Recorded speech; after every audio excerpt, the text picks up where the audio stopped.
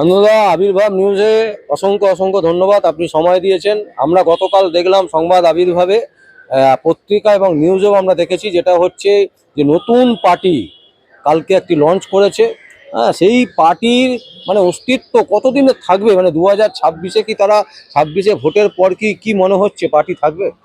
রাজ্যে নতুন দল একটা নতুন হয়েছে, সেটা হচ্ছে শিক্ষা সমৃদ্ধি পার্টি। সেই শিক্ষা সমৃদ্ধি পার্টিটাতে দেখা যাবে সবকটাই তৃণমূলের চামচা রিপোর্টারগুলো গেছিল। কেননা ওইখান থেকে যে যারা সঠিক বক্তা, যারা সঠিক রিপোর্টার, তারা নিউজ মানে খবরটা মিডিয়াতে পাঠায়, এবং সেই মিডিয়াতে পাঠানোর মাঝখানে এখানে তৃণমূলের মানে শিক্ষিত অশিক্ষিত যারা আছে, সেই শিক্ষিত অশিক্ষিত ব্যক্তিরা এখন এই শিক্ষা সমৃদ্ধি যে পার্টিটা যে হয়েছে সেইখানেতেও তাদের দলের লোকেরা ঢুকে গেছে। কিসের জন্য ঢুকেছে, কি কারণে ঢুকেছে?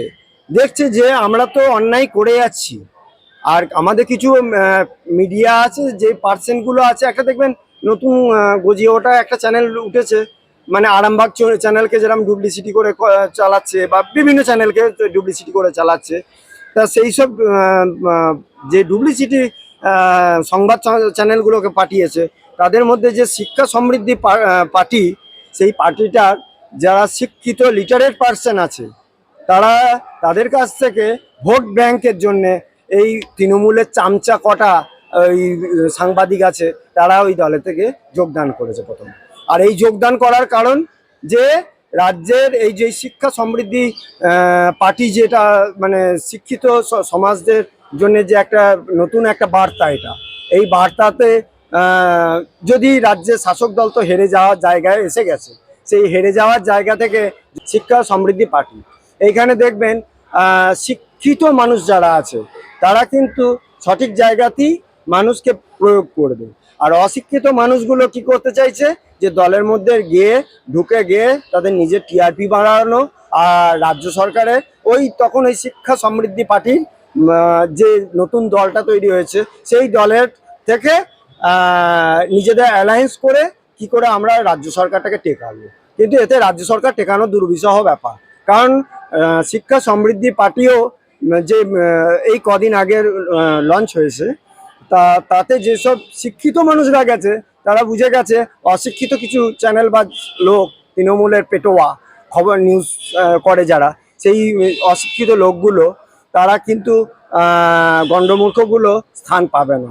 আর এই যদি শিক্ষা সমৃদ্ধি পার্টি একটা নতুন সংগঠন, সেই সংগঠনের একটা ভোটের ব্যাপার আছে, সেই ভোটটা যদি টেনে নেওয়া যায়, ধরুন এখন মিডিয়া একটা বড় ফ্যাক্ট হয়ে গেছে। সেই মিডিয়া যখন একটা শিক্ষা সমৃদ্ধি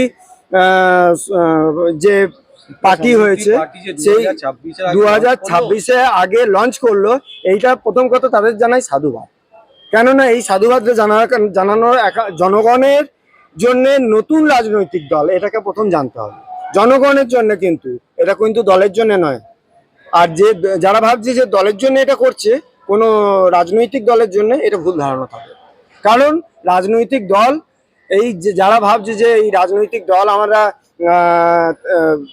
তৃণমূলের যে সমস্ত দলের নেতা নেত্রীরা বা রিপোর্টাররা যারা যাচ্ছেন, তারা গিয়ে এখানে সংবাদটাকে এই দলেতে গিয়ে আমরা নিজেদের জায়গাটাকে থেকে যে সমৃদ্ধি কেমন করে বাড়াতে হয়, কেমন করে কমাতে হয়, কেমন পয়সা দিয়ে পারচেস করতে হয়, সেইগুলোকে নিয়ে ওনারা চিন্তা ভাবনা এখন থেকেই করতে আরম্ভ করে দেবে। কিন্তু এর ফল শূন্যই হবে, কেননা এইটা নতুন রাজনৈতিক দল, এই রাজনৈতিক দল নতুন সংগঠন হয়েছে, তাকে আমরা মানে হাইকোর্টের আইনজীবী তরফ থেকে সবাই মিলে এটা স্বাগত জানাই।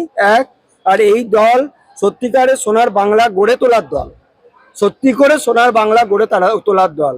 যারা সোনা নিয়ে পাচার করে চলে যাচ্ছে, তাদের জন্য এই দল নয়। আর যারা এই নব নির্বাচনে এই জন্য যারা যারা পার্টিসিপেট করবে, তাদেরকেও একটা বার্তা আমার জানানো দরকার আছে জনগণের কাছে। রাজ্যের নতুন যে রাজনৈতিক দল ঘোষিত হয়ে গেছে, সেই ঘোষিত দলটা যেন সঠিকভাবে সঠিক মানুষ প্রয়োগ করতে পারে।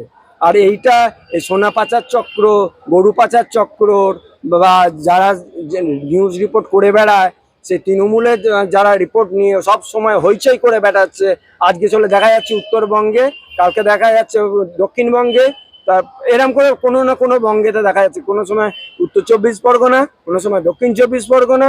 আজকে এইটা নিয়ে আজকে রাজ্যের রাজনীতিতে একাধিক মানুষ আক্রান্ত হয়ে যাচ্ছে। যাতে এই দলটা বাড়ে এবং সোনার বাংলা গড়তে পারে, সেইটাই আমাদের কাছে কাম্য। আর এই শিক্ষা সমৃদ্ধি পার্টিকে আমরা সব সময় স্বাগত জানাই, কারণ শিক্ষা সমৃদ্ধি পার্টি এরা মানুষের পাশে সোনার বাংলা তৈরি করবে বলে তারা কিন্তু একটা অঙ্গীকার করেছে, যে অঙ্গীকারটা খুব ছোটখাটো নয়।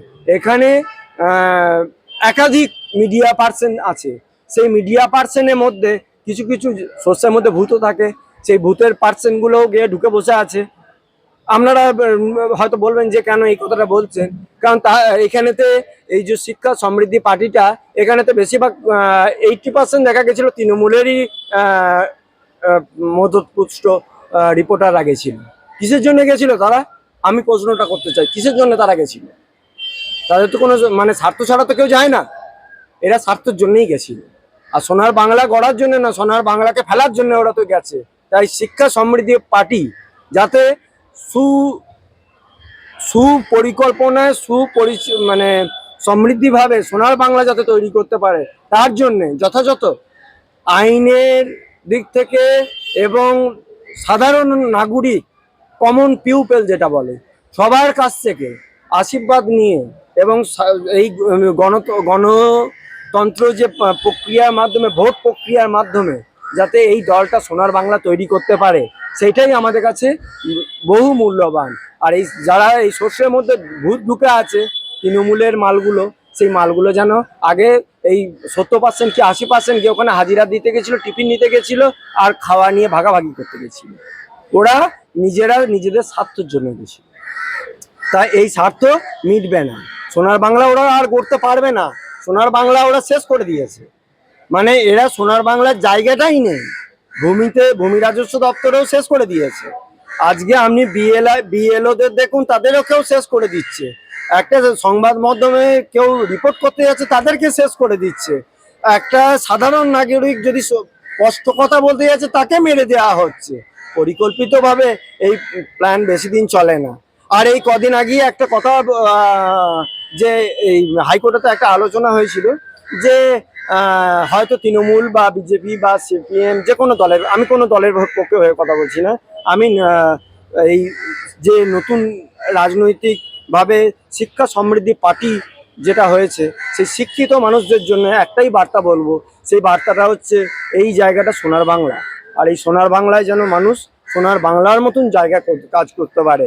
আর এখানেতে যেমনি আজকে ভারতের প্রধানমন্ত্রীকে যে কুমন্তব্য, রুচিকর কথাবার্তা, মাননীয় অমিত শাহ যেভাবে কুমন্তব্য, শুভেন্দু বাবুকে, দিলীপ ঘোষকে, আমি নাম করে করে বলছি, যেভাবে মানে প্রতারণা, মিথ্যা, ডিফেক্ট চলছে, সেই জায়গা থেকে যেন এই সমস্ত চ্যানেলগুলোকে আগে প্রথম প্রায়োরিটি দেওয়া না হয়, প্রথম কথা।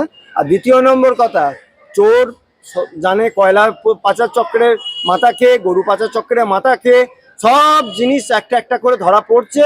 আর সিবিআই, সিআইডি, ইডি এরা কিন্তু, আর পুলিশ, বাংলার পুলিশরা প্রচুর পরিমাণে কিন্তু নির্যাতিত হচ্ছে। তারা অতিষ্ঠ হয়ে গেছে, তাদের পায়ের ওপর দিয়ে গাড়ি চালিয়ে দিয়ে যাচ্ছে, তাদের পরিবার তো আছে, তাদের চোখ কুবড়ে নেওয়া হচ্ছে, তাদেরকে মানে মদের ঠেকের মধ্যে বসিয়ে দেওয়া হচ্ছে। কিন্তু আর একটা এখানে প্রশ্ন থেকে থাকছে, আপনি দেখুন যেখানে মানে রাজ্যের শাসক দলরা দায়িত্বে আছে, সেইখানে গিয়ে কিন্তু মিছিল করতে গেলে সেখানে সোনার বাংলা গড়ার তৈরি করা বলছে না, সেখানে সোনার বাংলা গড়ার জায়গায় হাঁড়িতে সুরি বলে না, সেই মদের বাংলা তৈরি করার জন্য চেষ্টা করছে।